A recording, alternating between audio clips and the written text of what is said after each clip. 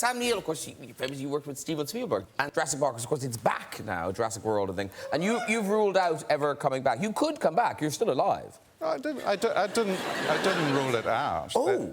They just didn't call me. And someone asked me the other day, and I just said, I don't know what's happened to Alan Grant. He could be dead.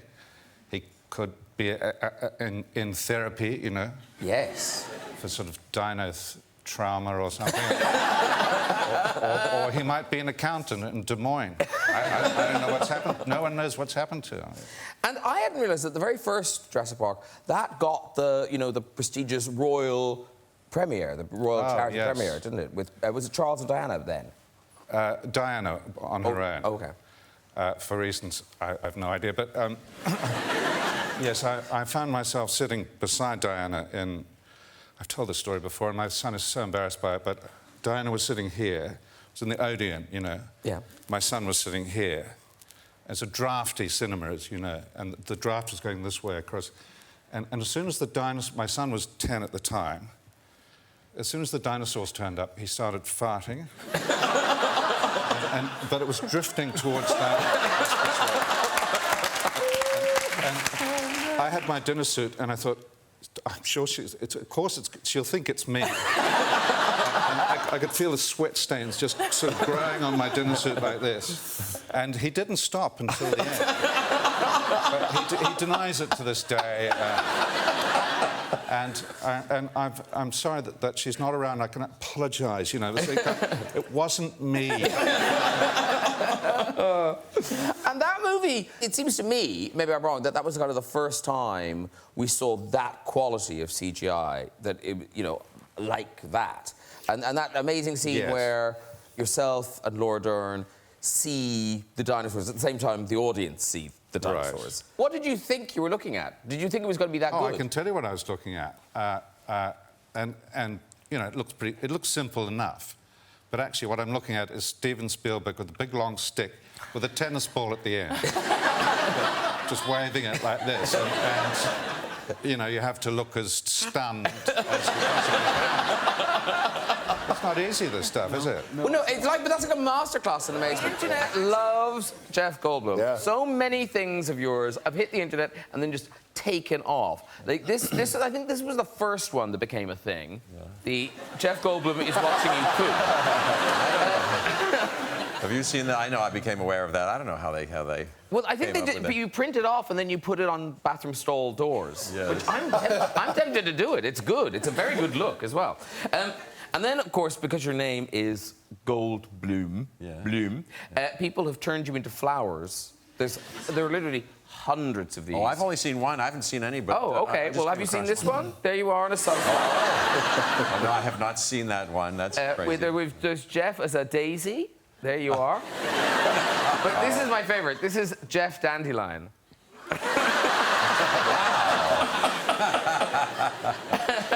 There's one picture from Jurassic Park, quite a sexy shot of Mr. Goldblum. Yeah. There it is. And this has been... People latched onto this picture. Do you know this, right? Yeah, I've seen a bunch. So this has been turned into an oil painting. How beautiful is that? That's cool. It's been turned into a cartoon, complete with Barney. Background, yeah. And then this is the one that people really like. They've taken Sam Neill from when he's kind of rubbing the dinosaur-y thing and put him in there. That's my favourite. That's my favourite. Yeah. You can get they have as a video, you know, so you see me breathing and he's going up and down. A lady called Beatrix on Twitter tweeted Sam Neill to say, "Hey, are you aware of this? It is excellent." To which you replied, "I am. It is stomach churning." I love Sam Neill. I haven't seen... Hi, Sam Neill. I haven't seen him in years. I'd love to run into him. Well, he's lying on your belly in some virtual world. And this will depress and delight you in equal measure. It is 23 years since Jurassic Park, which seems crazy. Wow. But you didn't die, did you? No. So you could have been in that new one. Yes. I was available, yes. They'll make another one. You'll be in that one. Yeah, no, I had my... You know, I was very nourished by two. I had a big meal, big satisfying meal. And the classic John Williams theme. Yes. Now, I heard that someone sent you some lyrics to this. Yeah, you want to sing? Here's a sing-along. Learn the, you know the tune. It goes da ba ba ba ba ba ba ba ba ba ba ba ba ba ba ba ba ba. That's the tune, John Williams' tune. Somebody sent me these lyrics. And you're going to sing this. Ready? So learn this right now. Listen up.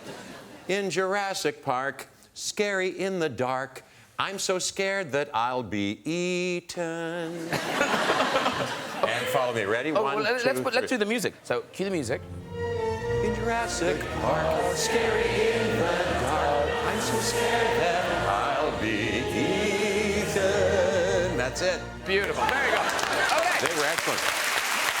They're very good. Focused on Samuel not winning an award for some time. Yeah, which is... So we can quickly big him. No, we can quickly big him up though, because, and this is something to celebrate, you are in the Guinness Book of Records, Samuel L. Jackson, as the highest-grossing actor of all time, $7.4 billion. Wow. A lot of money for a lot of people. And that's a lot of music. Only I had 10% of that. Yeah. You know? Yes. Because I suppose part of it is because you're in, you know, big successful franchises. Well, I've been in a couple of big movies. Most of them called Star Wars. That's a huge franchise. And I did a couple other movies that were kind of cool.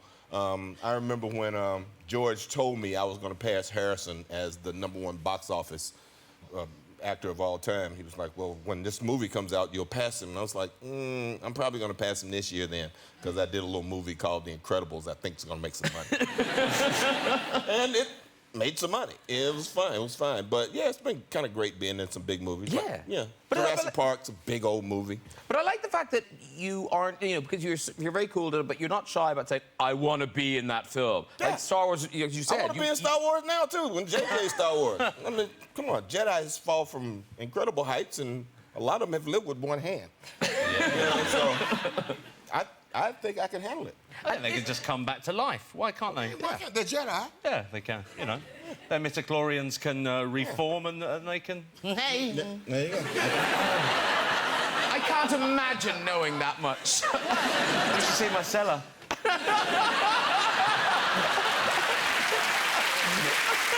Is this the beginning of the Jurassic tour? You've been in Pretty much. Spain, and now you're here. Yep. For you, what's it like coming back, being part of it all again after all these years? Delicious, entirely delicious, you know. I know. I can't take my eyes off of all of us. Look, I think we look very nice. Yeah. I know. Wow. Picture of this. I would swipe right in the whole couch. Yeah. Yeah, I think that's good. Oh, yeah, it's great. You know, I was involved in this a while ago, but not with supermodels like these guys. Come on. Yeah. I had a great time coming back. But they make you work like you just landed, and then you were all put in the back of a truck and taken out to Tower Bridge. We've got the picture. There's the evidence. Oh, that's great. Does that travel with you under separate cover? I mean, It's amazing. I got there and I looked at that dinosaur. I was like, how the did they put that down? There's a huge dinosaur there now. And it's right next to your mayor's office. yeah, Yeah. Sadiq. Yeah. Yeah. It's a message, Sadiq. Weird thing to say. Don't get involved. Yeah. Don't get involved. Now, so you all spent a lot of time here. You filmed the film here. But Bryce, what's your connection to Ireland? Are the Howards something to do with Ireland? I mean, like, I don't know if you can tell. I might have some connection to Ireland genetically. But my dad shot Far and Away there when I was 10 years old. Oh. And we lived in Dingle, Ireland. And there was a dolphin, a wild dolphin. Fungi. Fungi the dolphin. And I got to swim with Fungi the dolphin, as many people who in Ireland go there. What? A wild dolphin. And when we were shooting Jurassic, the first Jurassic, I was thinking about Fungi the dolphin, and I looked it up, and he was still alive. They say that. There's a dolphin called Fungi. Yeah. They all kind of look alike. Yeah, that's him. Yeah. He remembers you. Look. Yeah. Jurassic World: Fallen Kingdom. It's out of control dinosaurs, but now with added volcano. Yes. It's great. Yeah. I mean, I know it's very hard to tell us about it because it is dinosaurs out of control. That was originally going to be the catchphrase, but they realized it was terrible. And they didn't go with it.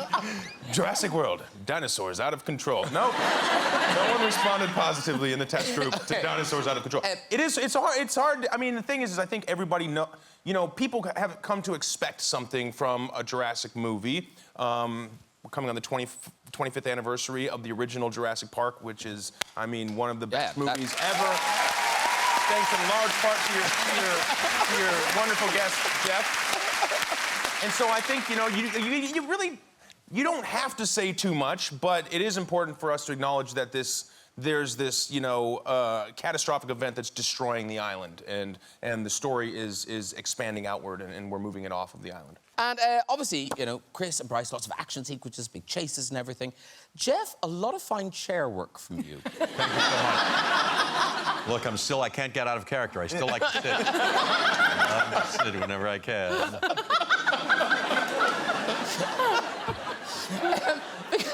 Because you presumably thought, oh, yippee, I'm off to tropical locations.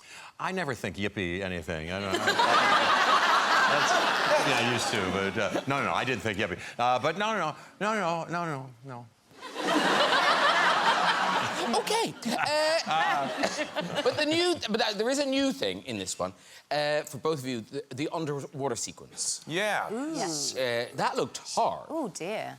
That was pretty difficult. It was a really technical, probably about a week at Pinewood, because we shot the film here in London, and it was all underwater. It's a sequence where this sphere falls off a cliff, and she and another actor by the name of Justice are stuck inside of the sphere, and I'm on the outside of the sphere trying to rescue them as it sinks, and water is filling up the gyrosphere, and at one point we're completely submerged in water, and... Yeah, we what, I don't know, maybe a week or 8 days or 9 days we spent in water. Yeah. And it was, boy, I'll tell you, they put a lot of chlorine in the water because you've got a crew of 85 people just this pool.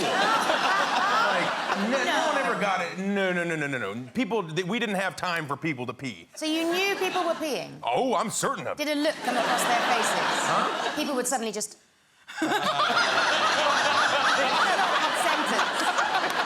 That was good pee face. That's a good pee face. I don't mind doing that again. Good giveaway. She just made me tinkle a little bit. Just mid-sentence. Yeah, I tinkled a little bit when you... Well, I mean, help it. you pee. You're not supposed to pee in the pool, but no one got out, and I know because I had to be underwater with my eyes open, of course, as if I could see with my eyes open underwater. Chris, did you pee? I actually myself. Out of revenge. Time is money on a movie like this. Bryce, you were in the water. Well, I was trapped in this gyrosphere, right? In your defense. In my defense.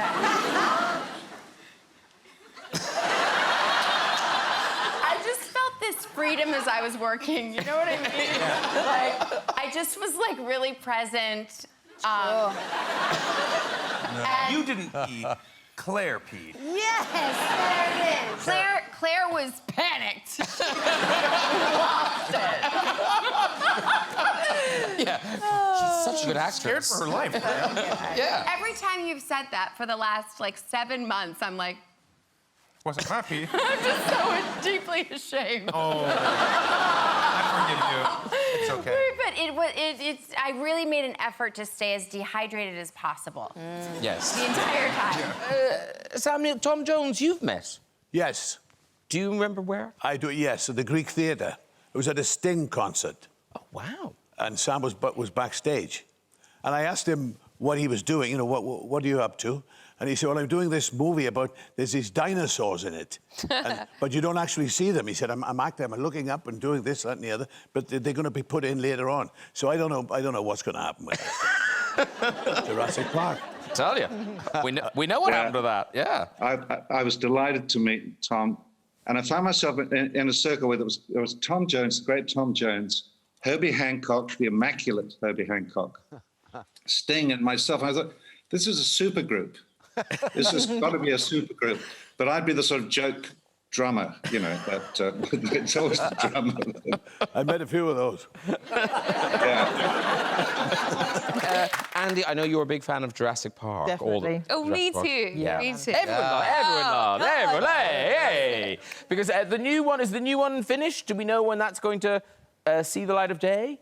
Yeah, well, it was supposed to be May of this year, but it's been put back for a year, so it's May of 22. Yeah, and gosh, time's gone so weird these last few months, hasn't it? Yeah, May of 22, and we shot it all at Pinewood. So I spent most of last year in England, and it's going to be huge. So hopefully there's still some cinemas open, and people want to get back to the movies.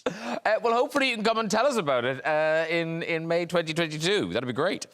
Hope to see you again. Jeff, you must have seen this. That this summer, this is an extraordinary honour. This statue of you was unveiled. Oh, yeah. At Tower Bridge. Did you go to visit it, Jeff? I did not go to visit. You didn't go? Wow, my statue. Wow. Thank you. My statue, ladies and gentlemen. No, I did not. And in fact, I didn't know that it was going up. I learned the first day that it was up. They said, hey, look what's up in blah, blah, blah. And I went, wow, look at that. Well, now, the thing is, we thought, oh, how lovely we could, bring the statue here and show it to you. I have to say, we hadn't quite understood the scale of this Well, I thing. read what it was. It's like 25 feet long, et cetera, et cetera. So all I can offer you... All right. And I'm not sure if you're allowed to keep this. I heard about this. But, I have not seen it. This... Wow. This is Jeff Goldblum's head. Wow. There you go, right there. Nice, wow. Isn't it amazing? Look at that thing. Excuse my buttocks. Really, look at that thing. Oh, my golly. Hey, Jeff, you can post it on Facebook. The pun is the lowest form of humor, true or false?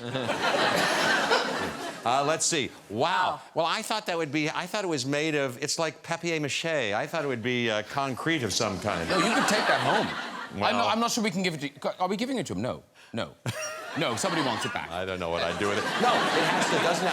I didn't realize it could be decapitated, but they told me it was sectional, you know. Imagine if this were like a voodoo doll, I would have felt something as they were. What's that? Wow. But, Well, there you Looks go. a little bit like Wolverine. Yes. Got kind of like a little yes. Wolverine thing going. Yes. I'll just lay you here. There you go. That's Jeff Goldblum's big head. Jeff. There you go.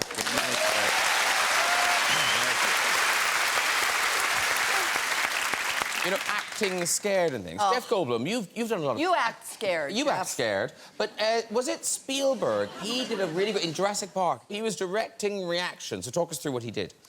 I know what you're referring to. Good. The first time in the first movie, you know, when we see the dinosaur, the Brachiosaurus, the big thing, and Sam Neill and Laura Dern, I'm left in the car, and he did this on that occasion and other occasions too. He did like silent movie directing, whereby he said, I'll know when I get it. Roll the camera. Okay, Jeff, because I didn't have any dialogue in this scene. He goes, okay, look at that tennis ball there. Look at the X. That's the dinosaur.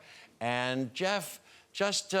you're thinking right now, you know, what's that? Is that real? Is it an animatronic? What the hell?